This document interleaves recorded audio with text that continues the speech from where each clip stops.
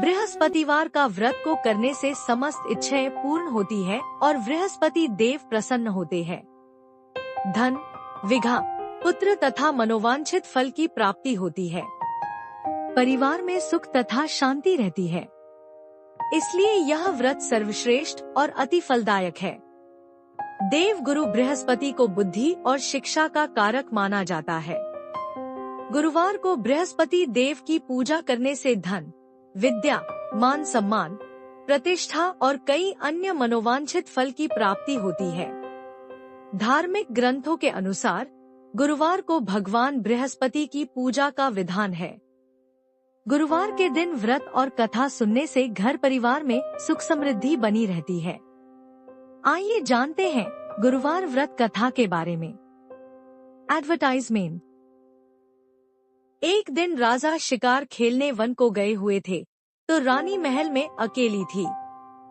उसी समय बृहस्पति देव साधु वेश में राजा के महल में भिक्षा के लिए गए और भिक्षा मांगी। रानी ने भिक्षा देने से इनकार किया और कहा, हे साधु महाराज, मैं तो दान पुण्य से तंग आ गई हूँ। मेरा पति सारा धन लुटाते रहते हैं।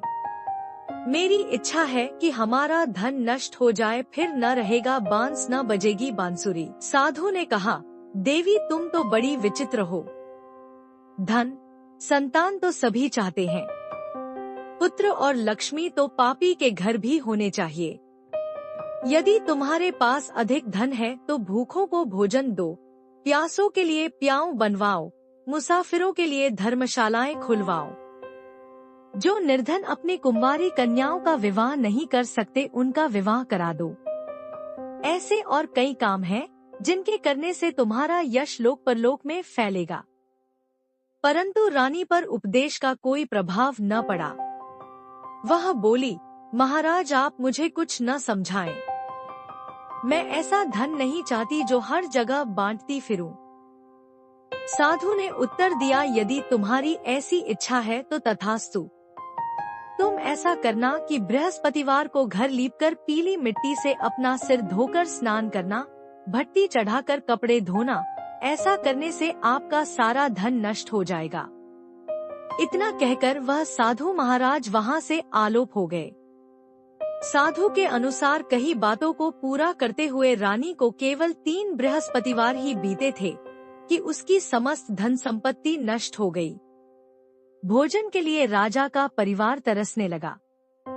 तब एक दिन राजा ने रानी से बोला कि हे रानी, तुम यहीं रहो, मैं दूसरे देश को जाता हूँ, क्योंकि यहाँ पर सभी लोग मुझे जानते हैं। इसलिए मैं कोई छोटा कार्य नहीं कर सकता। ऐसा कहकर राजा परदेश चला गया। वहाँ वह जंगल से लकड़ी काट कर लाता और शहर में बेचता।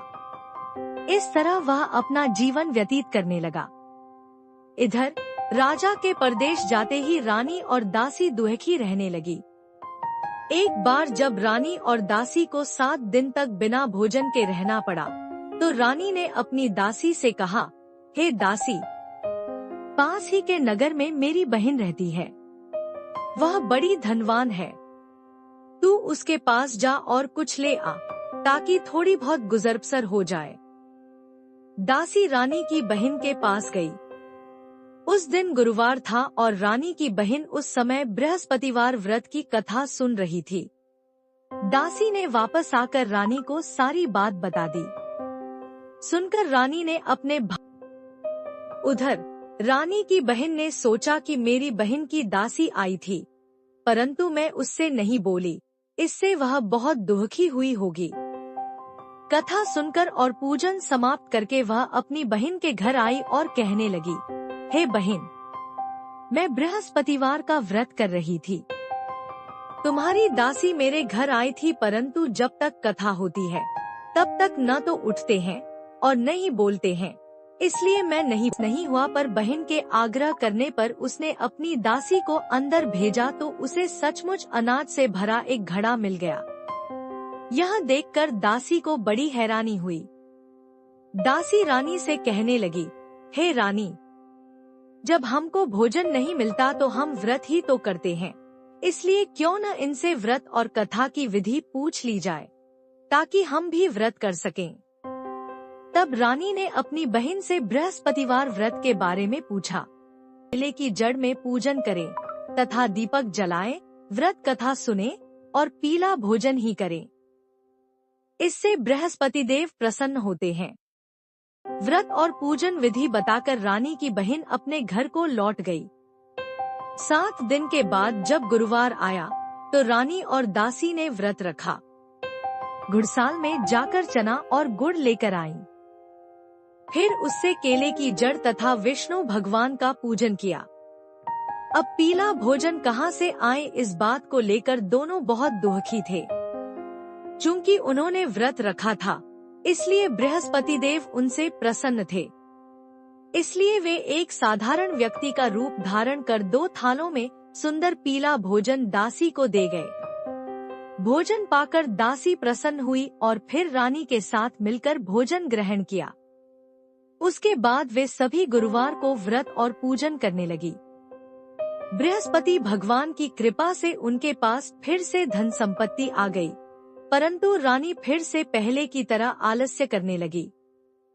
तब दासी बोली, देखो रानी, तुम पहले भी इस प्रकार आलस्य करती थी।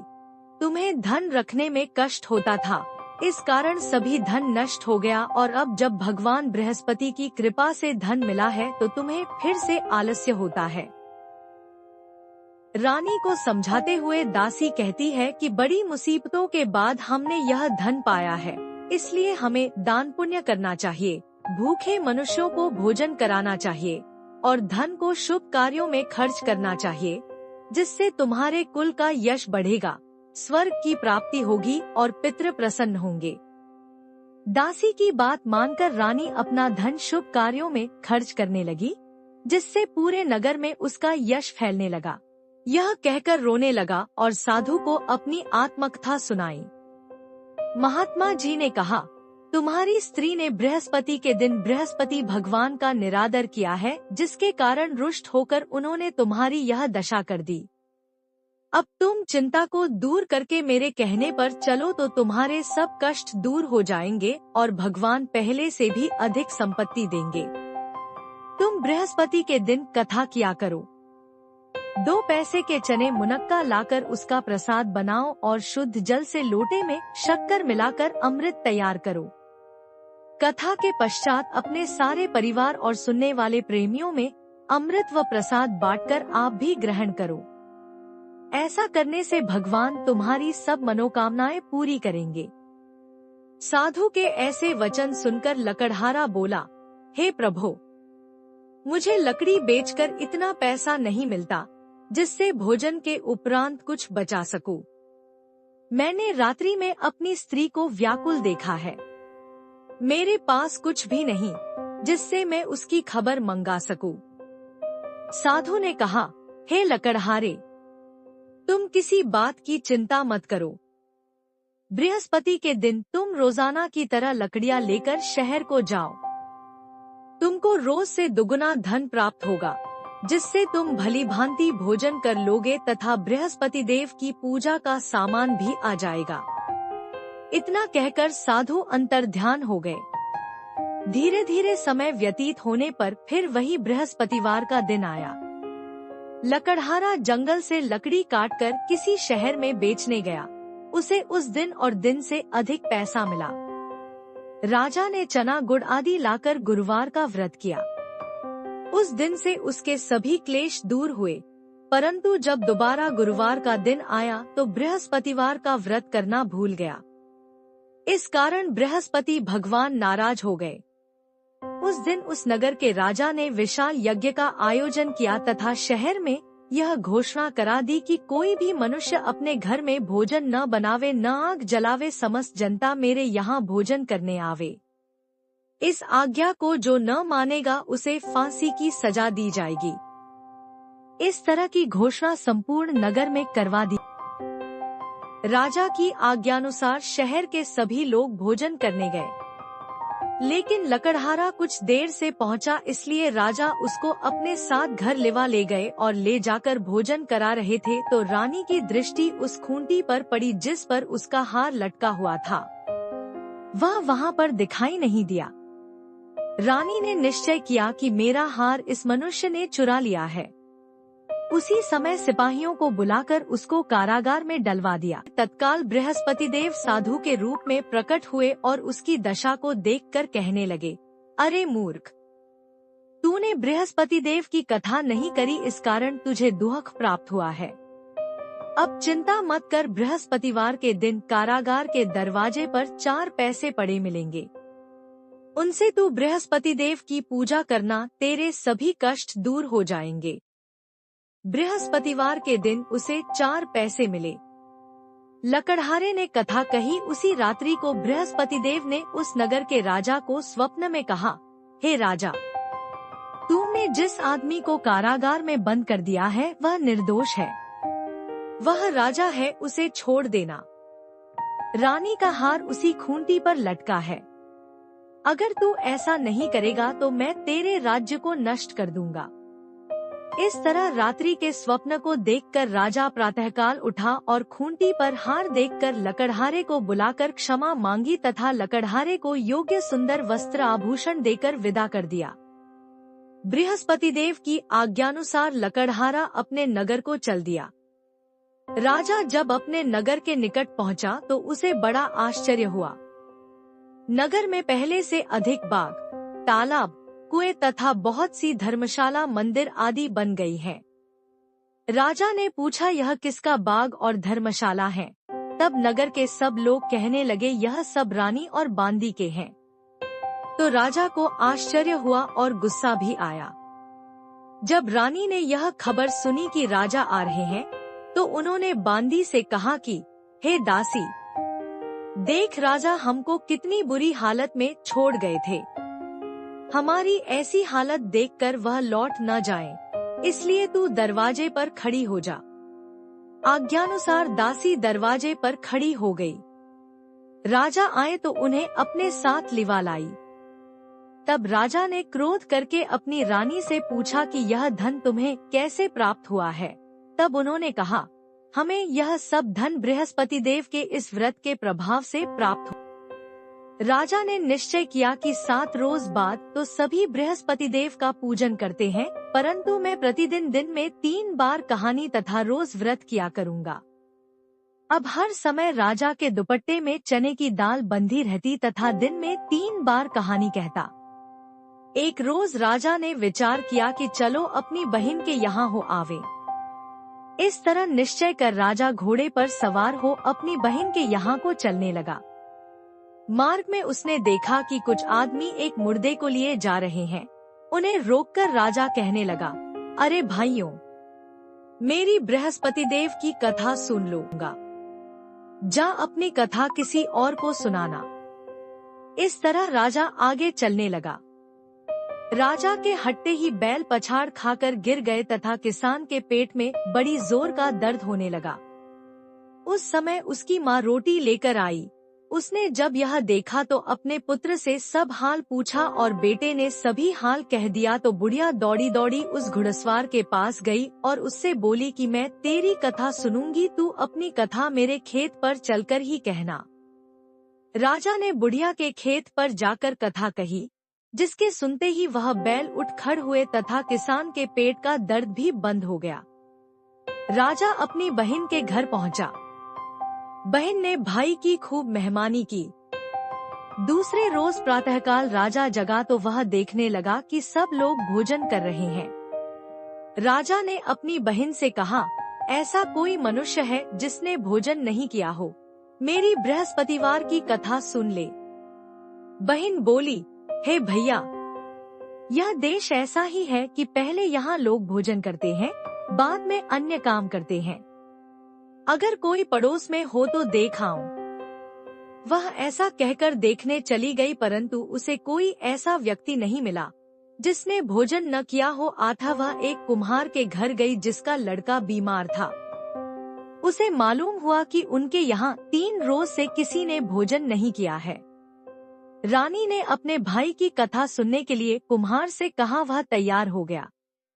राजा ने जाकर बृहस्पतिवार की कथा कही, जिसको सुनकर उसका लड़का ठीक हो गया। अब तो राजा की प्रशंसा होने लगी। एक रोज राजा ने अपनी बहन से कहा कि हे बहन, हम अपने घर को जाएंगे, तुम भी तैयार हो जाओ। राजा की बहन ने अपनी सास से कहा। सास ने कहा हाँ चली जा, परंतु अपने लड़कों को मत ले जाना क्योंकि तेरे भाई के कोई औलाद नहीं है। बहन ने अपने भैया से कहा, हे भैया, मैं तो चलूंगी पर कोई बालक नहीं जाएगा। राजा बोला, जब कोई बालक नहीं चलेगा तब तुम ही क्या करोगी। बड़े दुखी मन से राजा अपने नगर को लौट आया। राजा ने अपनी रानी से कहा, हम निर्वंशी हैं, हमारा मुंह देखने का धर्म नहीं है और कुछ भोजन आदि नहीं किया। रानी बोली, हे प्रभु, बृहस्पति देव ने हमें सब कुछ दिया है, वह हमें औलाद अवश्य देंगे। उसी रात को बृहस्पति देव ने राजा से स्वप्न में कहा, हे राजा उठ। सभी सोई। 9वें महीने में उसके गर्भ से एक सुंदर पुत्र पैदा हुआ। तब राजा बोला, हे रानी, स्त्री बिना भोजन के रह सकती है पर बिना कहे नहीं रह सकती।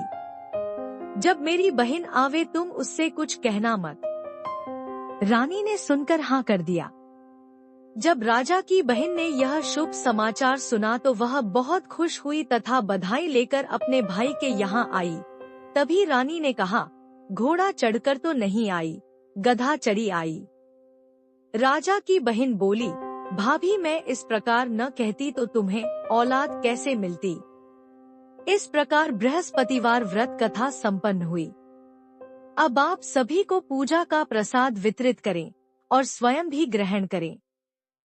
इस तरह आपकी पूजा पूर्ण हुई। भक्तों, बृहस्पति देव ऐसे ही हैं, जैसी जिसके मन में कामनाएं हैं सभी को पूर्ण करते हैं।